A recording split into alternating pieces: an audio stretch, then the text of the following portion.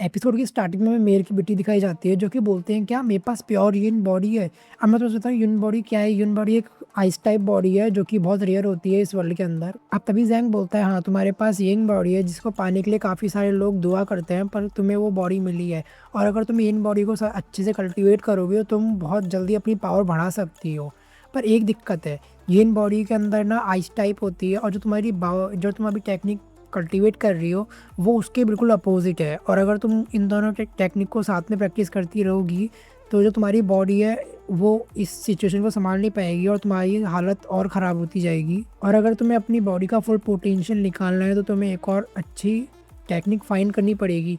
अब तभी वो बोलते हैं क्या अब मुझे कोई और टेक्निक कल्टीवेट करनी पड़ेगी, पर मैं कौन सी टेक्निक कल्टीवेट करूँ। अब तभी जैंग बोलता है कि एक काम करूँगा, मैं कल लाइब्रेरी जाऊँगा और तुम्हारे हिसाब से सबसे बेस्ट टेक्निक जो मुझे मिलेगी वो ढूंढ के लेके आऊँगा।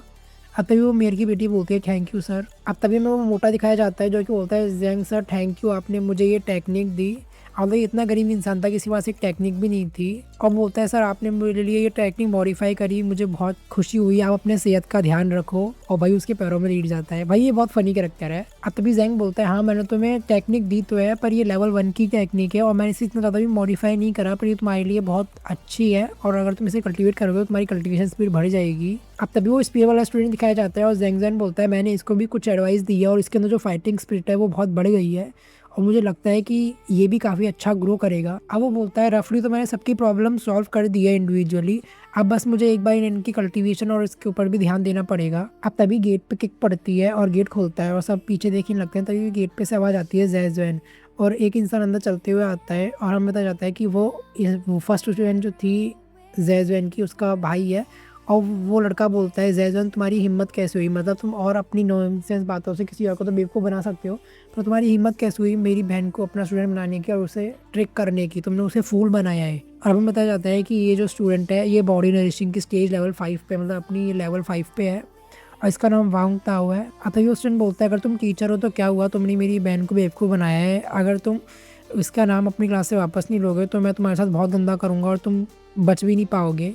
अब तभी जैंगजन बोलता है कि मैं अपनी क्लास ले रहा हूँ, जल्दी से यहाँ से बाहर जाओ। अब तभी वो स्टूडेंट बोलता है अच्छा तुम क्लास ले रहे हो, इस घटिया से लेवल से तुम क्या ही पढ़ा सकते हो। और वो बोलता है तुम्हें क्या लगता है कि तुम एक टीचर हो इस घटिया से लेवल के साथ में। और तभी जो जैंगजन था वो अपनी ऑरा छोड़ता है और वो देखता है क्या इतना खतरनाक ऑरा, और वो डरने लग जाता है हल्का हल्का। अब तभी वो स्टूडेंट बोलता है मुझे ऐसा क्यों लग रहा है कि किसी पावरफुल मास्टर टीचर का ऑरा है और मुझे देख के तो ऐसा ही लग रहा था कि ये गुड फॉर नथिंग है और इसको कुछ नहीं आता, तो कैसे ये इतनी अच्छी पावर जनरेट कर पा रहा है। अब तभी वो स्टूडेंट बोलता है कि मैं इससे हार तो सकता नहीं हूँ फाइटिंग में, अगर मैं इससे हार गया तो मेरी जो इज्जत है वो चली जाएगी क्योंकि मैं एक 0 मार्क्स वाले टीचर से हारा हूँ। और वो यही सोचते हुए उसके ऊपर हमला कर देता है और बोलता है कि अब तुम मरोगे। पर मिस्टर जैंग जो होता है वो अपनी 2 उंगलियों से उसका अटैक लिख देता है। तभी वो लड़का बोलता है ऐसा कैसे हो सकता है, एक 0 मार्क्स वाला टीचर 2 उंगलियों से मेरा अटैक कैसे ब्लॉक कर सकता है, यहाँ की इस एकेडमी का एल्डर भी ऐसा नहीं कर सकता, शायद इसका ये लक होगा या इसकी किस्मत के चक्कर में ये बच गया, पर अब मैं इसको छोड़ूंगा नहीं। और वो बहुत तेज से उसके ऊपर फिर से हमला करता है पर वो फिर से उसकी तलवार को 2 उंगलियों से रोक देता है। तभी वो लड़का बोलता है मुझे देख के लग तो नहीं रहा कि ये 3rd लेवल पे है क्योंकि मैं खुद 4th लेवल पे हूँ, तो ये मेरा हमला रोक कैसे पा रहा है और ऐसा तो हो ही नहीं सकता। वो बोलता है कि अभी तो कुछ टाइम पहले, और लड़का बोलता है अभी कुछ टाइम पहले ही क्वालिफिकेशन एग्ज़ाम हुआ था स्कूल के अंदर और इसकी 3rd लेवल आई थी, तो इसने स्टेज क्रॉस भी करी होगी, तो ये ज़रूर 4th लेवल पे पहुंचा होगा। और कोई 4th लेवल वाला टीचर मेरी पावर को रोक तो सकता नहीं है अपनी 2 उंगलियों से, तो ऐसा कैसे हुआ। अब तभी वो ये बोलते हुए अपनी तलवार को पीछे खींच रहा होता है। अब तभी जैंग उसको बहुत तेज से धक्का देता है और क्लास के बाहर फेंक देता है। एपिसोड की स्टार्टिंग में मेयर दिखाया जाता है जो कि दरवाजे के पीछे खड़ा होता है और बोलता है दरवाजे के अंदर से तो बहुत आवाज़ आ रही है, देख के तो ऐसा लग रहा है कि वैंग ताओ जो है वो जैंग को अच्छा सबक सिखा रहा है। और तभी वो गेट खोलने लगता है और देखता है कि अंदर से एकदम से वैंग ताओ आके उससे भिड़ता है। और तभी वो वैंग ताओ को बोलता है तुम तो अंदर से सबक सिखाने गए थे ना। अब तभी सीन शिफ्ट होता है और हमें जैंग दिखाया जाता है जो कि बोलता है अच्छा अपन वापस अपनी क्लास शुरू करते हैं। और वो स्टूडेंट बोल रहे होते हैं क्या क्या सर ने सच में एक 4th लेवल वाले कल्टीवेटर को इतनी आसानी से बाहर फेंक दिया। और वो बोल रहे होते हैं क्या जैंग सर इस अकेडमी के लोएस्ट टीचर थे ना, तो उन्होंने इतनी आसानी से एक 4th लेवल के कल्टीवेटर को बाहर कैसे फेंक दिया। और वो सोच रहे होते हैं क्या जैंग सर सच में अपनी पावर छुपा रहे थे। अब तभी सीन शिफ्ट होता है और हमें मेयर का बटलर और वैंग ताओ दिखाए जाते हैं और मेयर का बटलर पूछ रहा होता है क्या तुमने ज़ैंग ज़ुएंग को पीटा? अब तभी वैंग ताओ बोलता है कि मैंने एक नई टेक्निक सीखी थी और मैं उसे बहुत टाइम से प्रैक्टिस कर रहा था और गलती से वो टेक्निक ज़्यादा पावर में यूज़ करने के चक्कर में बैकलैश कर गई और मैं पीछे से आके भिड़ा। अब तभी मेयर का बटलर बोलता है क्या एक नई टेक्निक? पर तुम मुझे ये बताओ कि तुमने ज़ैंग ज़ुएंग को पीटा या नहीं? तभी वो स्टूडेंट बोलता है कि एकेडमी का एक रूल है जिसके मुताबिक हम किसी भी टीचर को डिस्टर्ब नहीं कर सकते जब उसकी क्लास चल रही हो, तो अपन को थोड़ा वेट करना पड़ेगा और फिर उसके बाद में अपन ज़ैंग ज़ुएंग के ऊपर हमला करेंगे। अब तभी मेयर का बटलर बोलता है अच्छा ठीक है, पर तुम मुझे एक बात बताओ। और वैंग ताओ भी बोलता है हाँ पूछो। तो वो बोलता है कि इस एकेडमी में कोई ऐसी फीमेल टीचर है क्या जिसके नाम के पीछे बाई आता हो? और मुझे बताओ कि ऐसा कौन है जो मिस बाई के पीछे पड़ा है? अब फिर वो स्टूडेंट बोलता है अच्छा बाई बाई तो हमारे स्कूल की सबसे फेमस टीचर है, उसको गॉडेस ही बोला जाता है और उनके पीछे तो शायद मिस्टर शेंग बिन पड़े हुए हैं। और वो बोलता है कि जो ज़ैंग ज़ुएन था वो भी पहले उसके पीछे पड़ा हुआ था। अब तभी वो बटलर सोच रहा होता है अच्छा ज़ैंग ज़ुएन और शेंग बिंग लव राइवल हैं, तो मैं समझ गया और मेरे हिसाब से जो कल मुझे रात में वो टीचर मिला था वो भी वही होगा और एक बार मैं उसे बस देख लूँ तो मैं समझ जाऊँगा कि वो वही है या नहीं। अब तभी सीन शिफ्ट होता है और हमें एक कॉरिडोर दिखाया। अब तभी सीन शिफ्ट होता है, हमें एक घर के अंदर से आवाज़ आती है क्या क्या तो ज़ैंग ज़ुएन ने तुम्हारा एक टीचर चोरी कर लिया? अब तभी हमें वो फर्स्ट डे वाला वो दिखा जाता है टीचर। अब तभी मिस्टर चाओ बोलते हैं हाँ मुझे तुम्हारे ग्रैंडफादर की हेल्प चाहिए थी क्योंकि इस एकेडमी के सारे काम वही संभालते हैं। अब तभी हमें शेंग बिन दिखाया जाता है जो कि बोलता है कि ग्रैंडफादर को परेशान करने की कोई ज़रूरत नहीं है,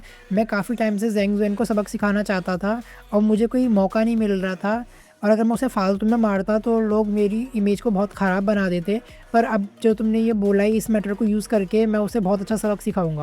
और वो बोलता है अगर और कोई टीचर होता तो मुझे मेरे ग्रैंडफादर की हेल्प लगती सबक सिखाने में, पर ज़ैंग ज़ुएन को तो मैं अकेला ही संभालूंगा कि उसकी वैसे भी एकेडमी में ज़्यादा अच्छी रेपुटेशन है नहीं और वो एक 0 मार्क्स वाला टीचर है तो कोई मुझे कुछ बोलेगा भी नहीं और अगर उसने तुम्हारा स्टूडेंट वापस नहीं करा तो हम उसे बहुत ज़्यादा परेशान करेंगे। अब तभी वो दोनों आ रहे होते हैं और वो देखते हैं कि वहाँ पे वैंग ताओ खड़ा होता है। तभी वो टीचर बोलता है वैंग ताओ तुम तो ग्रैंडफादर के पास कल्टीवेशन कर रहे थे ना, तो तुम यहाँ पे क्या कर रहे हो? तभी वो स्टूडेंट बोलता है मिस्टर शेंग बिन। वो बोलता है कि मेरी बहन को मैनिपुलेट करके ज़ैंग सर ने अपनी क्लास में ज्वाइन करा लिया है तो मैं उनको ही उसी का नाम विड्रॉ करवाने आया था ज़ैंग सर की क्लास में से। अब तभी वो टीचर बोलता है अच्छा मतलब ज़ैंग ज़ुएन ने वैंग को भी परेशान करा है, मुझे तो लगता है कि इसे बहुत अच्छा सबक सिखाना पड़ेगा। अब तभी याओ ताओ बोलता है कि ये याओ हैन है बेरी सिटी के मेयर के बटलर और जो मिस जाओ है उसका भी एडमिशन ज़ैंग ज़ुएन ने धोखे से अपनी क्लास में कर लिया और इनको भी अब उसका नाम वापस लेना है। अब तभी वो बोलता है अच्छा मिस्टर याओ का भी सेम ही केस है। अब तभी बिंगशन बोलता है कि एक काम करो तुम सब मेरे साथ क्लासरूम में चलो, आज अपन इसको एक लेसन सिखाएंगे कि एक टीचर को कैसे मॉरल और एथिक्स को फॉलो करना चाहिए और कुछ भी नॉनसेंस बातें करके स्टूडेंट नहीं बनानी चाहिए।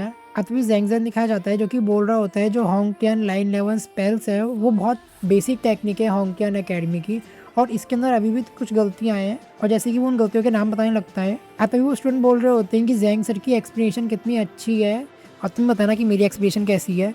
वो बोलते हैं कि कोई सी भी टेक्निक चाहे कोई सी भी टेक्निक कैसी कितनी भी अच्छी क्यों ना हो, ज़ैंग सर उसके अंदर फ्लॉ ढूंढ ही लेते हैं और उसको सही कर देते हैं इमीडिएटली। और मुझे ऐसा लगता है कि मेरे जो फादर हैं वो भी इतने अच्छे से एक्सप्लेन नहीं कर सकते और इतने अच्छे से किसी चीज़ को डिस्क्राइब नहीं कर सकते जैसे कि ज़ैंग सर डिस्क्राइब करते हैं। अब तभी ज़ैंग बोलता है इन सबको क्या दिक्कत है, ये ऐसे इतना शौक क्या हो रही है, तो बेसिक चीज़ है ना। अब तभी फिर से दरवाज़ा खुलता है और वो सारे जो टीचर होते हैं और मेयर जो होता है वो अंदर आता है। अब तभी ज़ैंग बोलता है शेंग बिन और चाओ तुम यहाँ पे क्या कर रहे हो, तुम्हें दिख नहीं रहा कि मैं अपने स्टूडेंट को पढ़ा रहा हूँ? अब तभी शेंग बिंग बोलता है कि तुम्हारी हिम्मत कैसे हुई चाओ सर के स्टूडेंट चुराने की और यहाँ पे भी तुम्हारा मन नहीं भरा तो तुमने वैंग बिंग और जाओ यान को भी झूठ बोल के अपने क्लास में एडमिशन दिलवा लिया, इतनी हिम्मत आती कहाँ से तुम्हारे अंदर? अब तभी ज़ैंग ज़ुएन बोलता है कि मैं अपनी क्लास को पढ़ा रहा हूँ, अपन इस बारे में बात करेंगे।